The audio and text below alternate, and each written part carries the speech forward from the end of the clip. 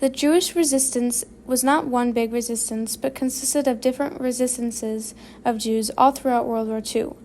Some people question if these resistances took place. Why wasn't more done? Why was there not such a big difference? But these were very risky conditions. The fact that the revolutions happened at all was a big deal.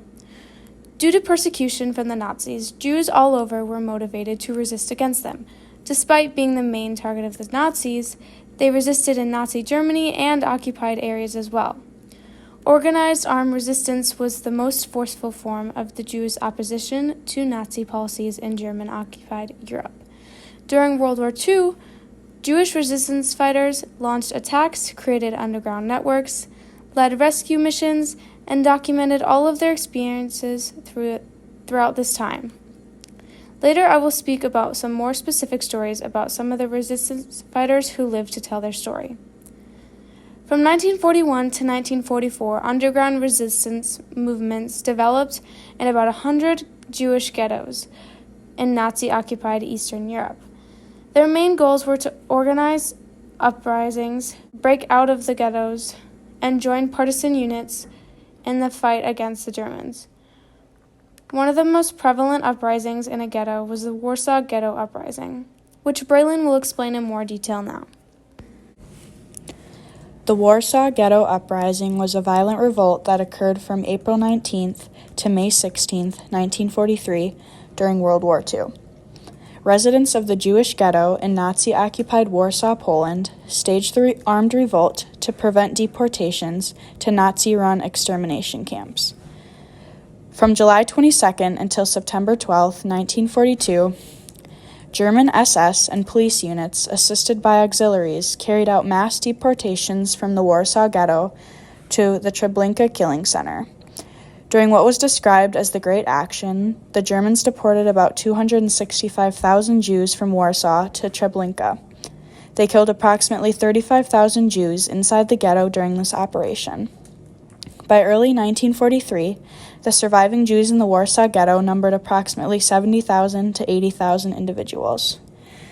In response to these deportations, several Jewish underground organizations banded together on July 28, 1942. They created an armed self-defense unit known as the Jewish Combat Organization.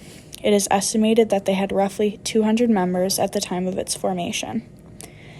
Encouraged by the apparent success of the resistance, people in the ghetto began to construct subterranean bunkers and shelters. They were preparing for an uprising should the Germans attempt a final deportation of the remaining Jews from the ghetto. Jewish resistance leaders also encouraged fellow ghetto inhabitants to defy deportation orders and hide from German authorities. Seizing only 5,000 to 6,000 ghetto residents, the Germans suspended further deportations until January 21st. On April 19, 1943, the Warsaw Ghetto Uprising began after German troops and police entered the ghetto to deport its surviving inhabitants. Jewish insurgents inside the ghetto resisted these efforts. This was the largest uprising by Jews during World War II and the first significant urban revolt against German occupation in Europe. By May 16, 1943, the Germans had crushed the uprising and deported surviving ghetto residents to concentration camps and killing centers. The Warsaw Uprising inspired other revolts and extermination camps and ghettos throughout the German-occupied Eastern Europe. Now I will be talking about a few personal stories about resistance fighters. The first story is about Anna Hillman. In an interview, Anna Hillman explains how her and her sister helped smuggle gunpowder collected from the factory where her sister worked to the Sonderkommando group in Birkenau. Anna talks about how they would have to get rid of the gunpowder and start over again if they ever had to be searched.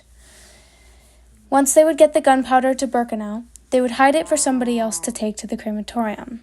On October 7, 1944, there was a revolt in the crematorium, and they used the gunpowder to make hand grenades to blow up the crematorium.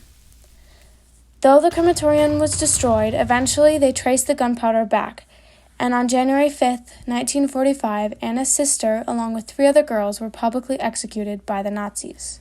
Though there are some survivors of the Jewish resistance, there are also stories about people who died trying to resist. One example of a resistance fighter was Tusia Altman, a young woman who used fake Aryanized papers to smuggle herself into Poland's ghettos.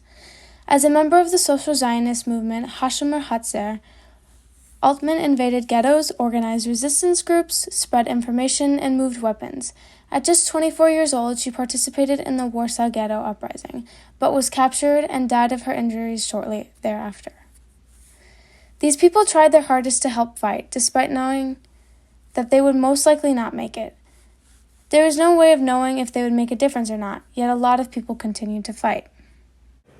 Ultimately, these stories show that no matter the risk, fighting for themselves was worth it, and that, I think, is the most important takeaway from the Jewish resistances.